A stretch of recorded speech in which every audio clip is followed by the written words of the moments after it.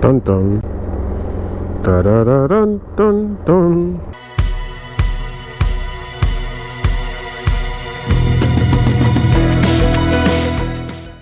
Don't know how the audio will sound as I have a balaclava. Hell, we'll see. Hello, lovely people. Welcome to Madrid again for me.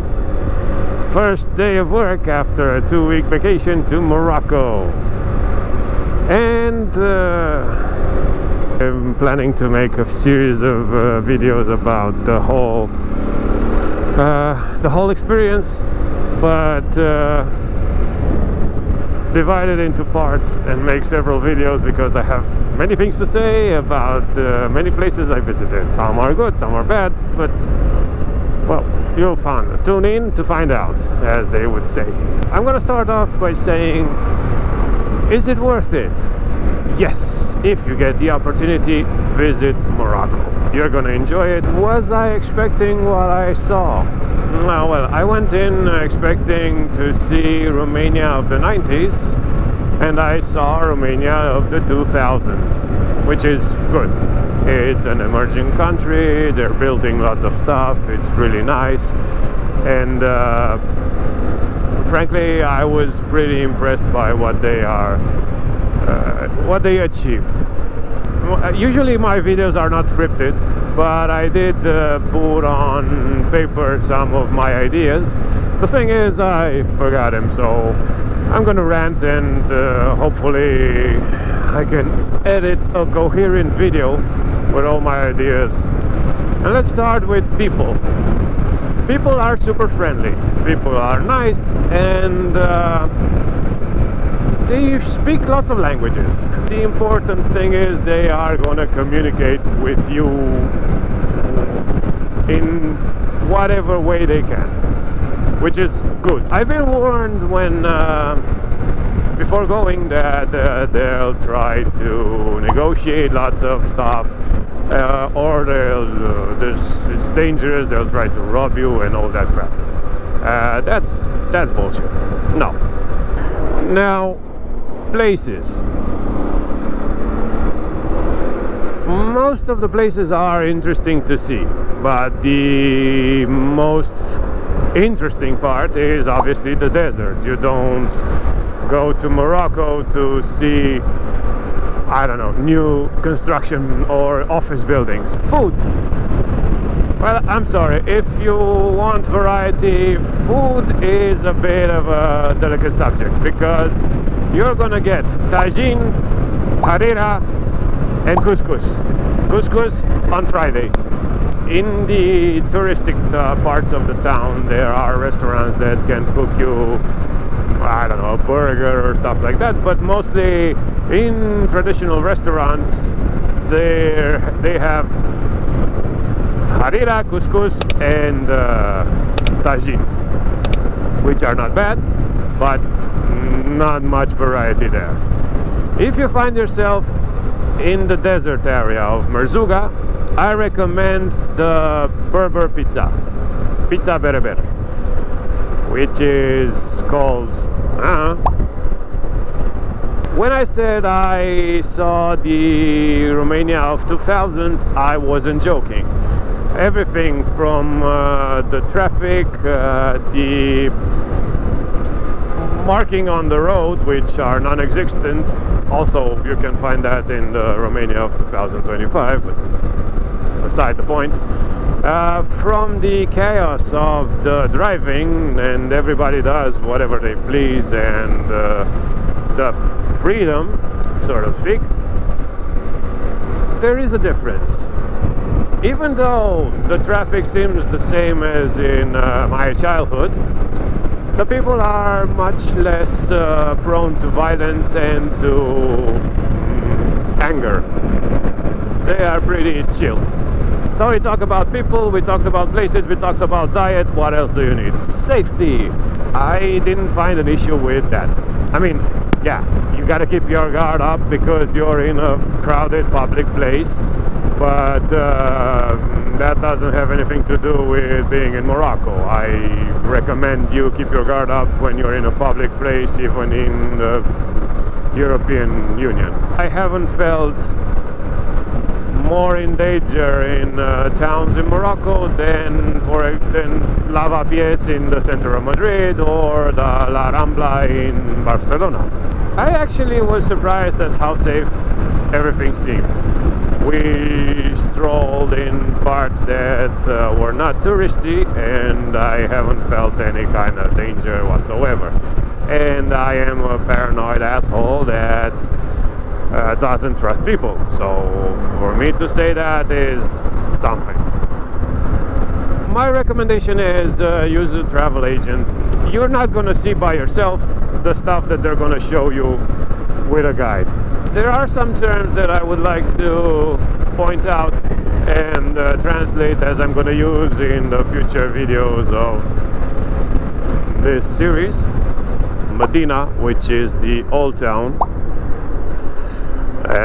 It's defined by narrow streets, merchants, and lots of people. Then there's Madrasa, which is the equivalent of Bible study, the Quran school. They're basically theological schools that also teach other stuff. It's like a university, but for the Quran. And mosque, which is obviously their church. There's also one term that is pretty hard to define. It's Riyadh. Riyadh is the definition of Riyadh is garden, but in this case it's a home that has an interior patio and a terrace above the rooftop. And these are sort of function like hotels. They're not hotels per se. They're pretty nice. They're the authentic experience, more or less. They're well maintained. They're the same as hotels, meaning that they clean your room, they fold your sheets and all that. As a biker, would I recommend you go to Morocco on a bike? No. I find it tedious and unpleasant, frankly. When I visited the desert, would I have preferred to be with my bike there? Yeah, hell yeah. It seemed like fun, and I wanted to, well, break my neck around the dunes with my bike. But I would not be willing to ride there on my bike. I would prefer to rent a bike. Riding all the way to Merzouga didn't appeal to me. When I saw the traffic, the streets and the roads and all that, I said hell no. At no point during this trip would I have preferred to be on the bike while riding on asphalt. What I felt in the desert was the feeling of freedom, in the way that you can go wherever you want to go and nobody's gonna say anything. There's no restrictions. It's a desert. If you want to risk your ass and go whatever way you want, you go whatever way you want. It's a nice feeling, which I'm going to describe more in the video about Merzouga. But overall, I enjoyed the experience. It was really nice. I would not go by bike, and yeah, that's about it. Also, let's talk about money, because I've been warned that you're gonna have to tip a lot, and tipping is in their culture, which is true. Tipping is in their culture, but it's not mandatory. Meaning, as the guide told us, look, if you enjoyed or you had a pleasant experience, you can tip whatever you want to tip. Meaning, if you want to give 1 dirham or 100 dirham, you made a gesture, and the gesture is appreciated. Speaking of dirham, dirham is their national currency. Now, they accept most currency, so money is money. They accept euro and they accept dollars. I don't know other currency, I haven't asked, but these two they accept just as well as they accept dirham. The conversion rate as of, well, my visit was 10. So 1 euro means 10 dirham, which was really convenient. The thing is, they don't really accept card payments. You will find that they don't have the means to charge you on your credit card or debit card. So if you're planning to go, get cash. Cash is king there. Even hotels or riads sometimes don't accept card payments. They might accept bank transfers or stuff like that, but they don't take cards. Obviously you can take out cash from ATMs. It's a flat fee depending on the bank.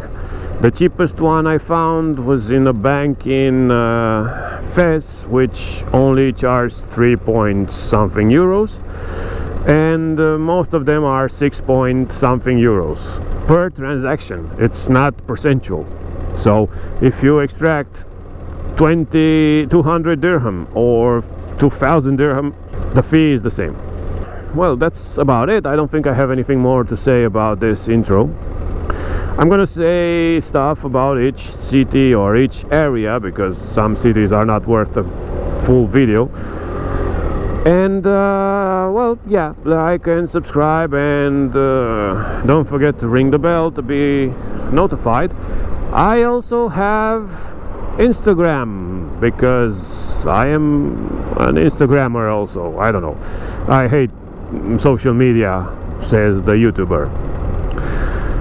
Anyway, see you guys on our next video, where I will present the first city, Tanger. Bye bye.